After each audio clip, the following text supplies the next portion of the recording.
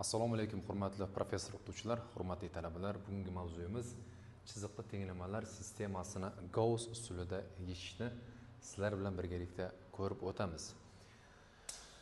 Biz birinchi Gauss usuli qanday, uning Kramer usulidan qanday farqi borligi haqida gapirib o'tsak. Biz noma'lum sonlarni tenglamalar soniga teng chiziqli tenglamalar sistemasini yechishning Kramer va matritsa usullarini sizlar bilan birgalikda tanishib chiqdik.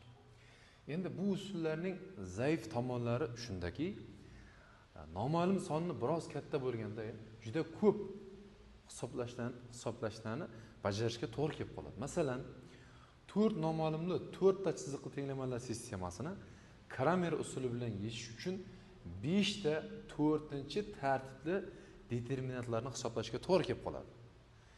Endi 4-tartibli determinantlarni biror satr yoki ustun elementlar bo'yicha yoyilganda 4 ta 3-tartibli determinantlarni hisoblashga to'g'ri kelib qoladi. Ya'ni, demak, 5 ta determinant, 4 ta determinant, jami 5 ni 4 ga ko'paytirgan paytimizda 20 ta 3-tartibli determinantlarni hisoblashga to'g'ri keladi.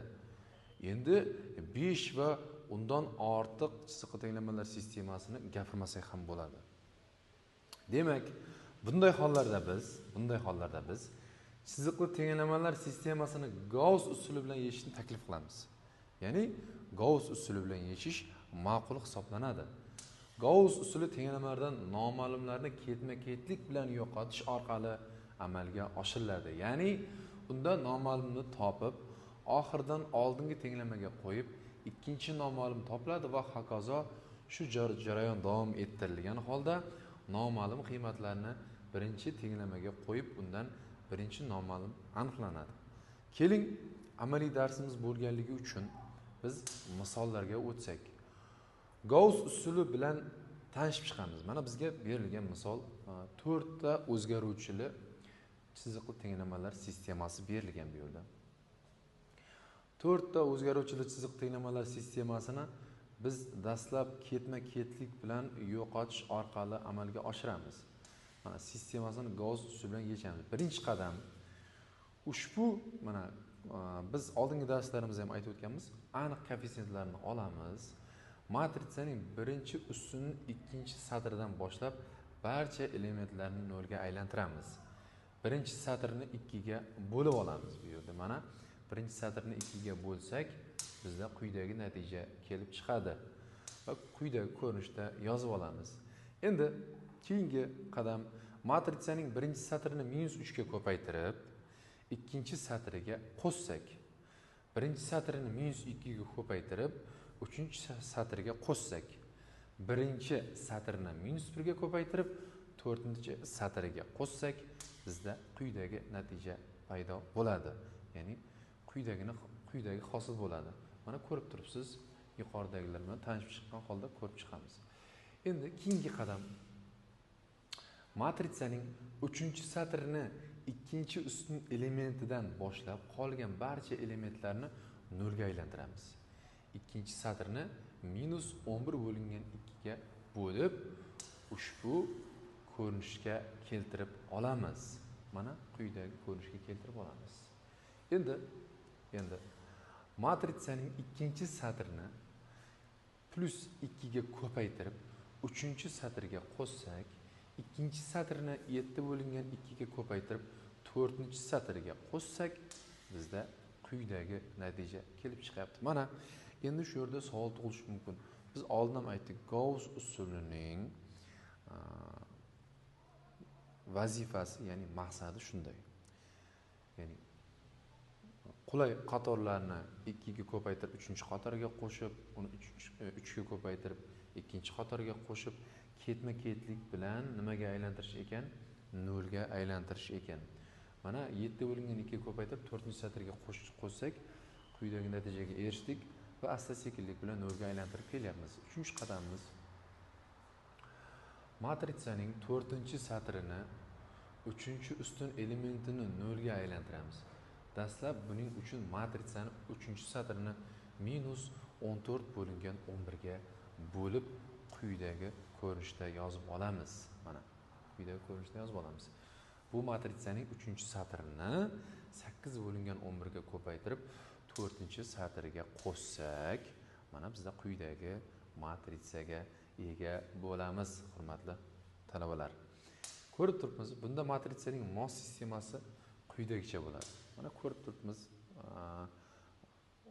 noma'lum, ya'ni x, y, z larni o'rniga qo'yib chiqsak, mana ko'rib turibmiz, bizda quyidagiga keladi. -1/7 t teng -2 bo'lingan 7 ga.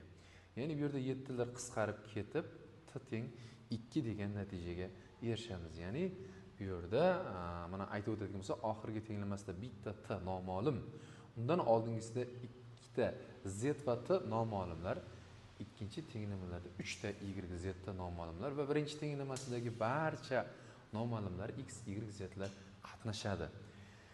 Endi mana oddiy til bilan tushuntirib o'taman. Bu yerdan t topilsa, t ni o'rniga olib qo'ysak, z topiladi. Bizda ikkita noma'lum topildi, t va z. Endi t va z larni o'rniga olib qo'ysam, menda y topiladi. Endi t, z, y larni o'rniga olib qo'ysam, menda x topiladi. Va o'sha 4 o'zgaruvchi chiziqli tenglamalar sistemasi mana ko'rib turibsiz, Gauss usuli bilan yechildi hisob. Mana bizda hisoblashlarni ko'rsatgan. Sistemaning 4-tenglamasi mana quyidagicha, t ni topamiz deyapti. T ni quyidagicha topamiz, ya'ni -1/7 ni bu tarafga o'tkazamiz. Bo'luv qilib o'tkazamiz va quyidagi natijaga erishamiz. Natijamiz 2 ga teng. Keyingi qadam, t ni o'rniga olib borib qo'yamiz. 2 ni olib borib qo'ysak, mana 29/14 z bu tarafga bilasizlar plus bo'lib o'tadi. Natija 29/7 ayrilgan 22/7, 7/2, ya'ni z'imiz 1 ga teng. Endi bizda t 2 ga teng, z 1 ga teng. Mana yozib qo'yibdik. Sistemaning ikkinchi tenglamasiga olib borib qo'yamiz. Ikkinchi tenglamasiga olib borib qo'ysak, mana quyidagicha bo'ladi u. Uni hisoblasak, y'imiz -1 ga teng bo'lar ekan. Endi bizda t'imiz 2 ga teng, z'imiz 1 ga teng, y'imiz -1 ga teng. Endi shularni mos ravishda chiziqli tenglamalar sistemasining birinchi qatoriga olib borib qo'yamiz va u quyidagicha yozib olamiz. Olib borib qo'ysak, x noma'lumni aniqlaymiz. X noma'lum o'rnlariga olib borib hisoblasak, x'imiz 0 ga teng bo'lar ekan.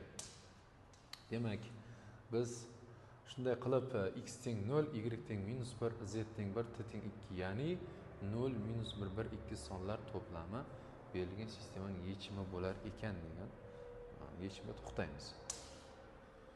Gauss usulining muhim tomoni shundan iboratki, sistemani yechishdan oldin uni birgalikda yoki birgalikda emasligini aniqlashning hojati yo'q. Demak, mana x teng 0, y teng -1, z teng 1, t teng 2 degan javoblarga biz erishdik.